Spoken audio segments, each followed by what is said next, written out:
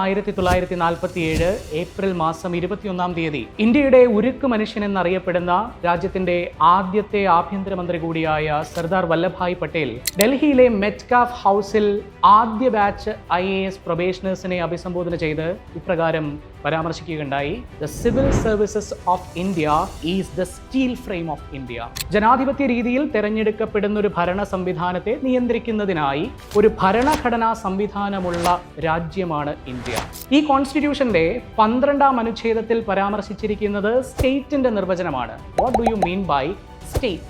As per article number 12 of the Indian Constitution, the state includes the executive as well as the legislature at the union and the state. കേന്ദ്ര സംസ്ഥാന തലത്തിലെ കാര്യനിർവഹണ വിഭാഗം, അതായത് നിയമനിർമ്മാണ വിഭാഗമായ parliament, സംസ്ഥാന നിയമനിർമ്മാണ സഭകൾ എന്നിവ നിർമ്മിക്കുന്ന നിയമങ്ങൾ ജനങ്ങളിലേക്ക് എത്തിക്കേണ്ടുന്ന ഒരു ഇന്റർഫേസ് ആയി ആക്ട് ചെയ്യുക എന്നുള്ളതാണ് എക്സിക്യൂട്ടീവിന്റെ കർത്തവ്യം.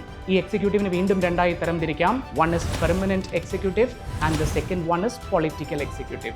ഇതിൽ പെർമനന്റ് എക്സിക്യൂട്ടീവ് സ്ഥിര കാര്യനിർവഹണ വിഭാഗത്തിന്റെ ഭാഗമായുള്ളതാണ് സിവിൽ സർവീസ് അഥവാ ഇന്ത്യൻ ബ്യൂറോക്രസി.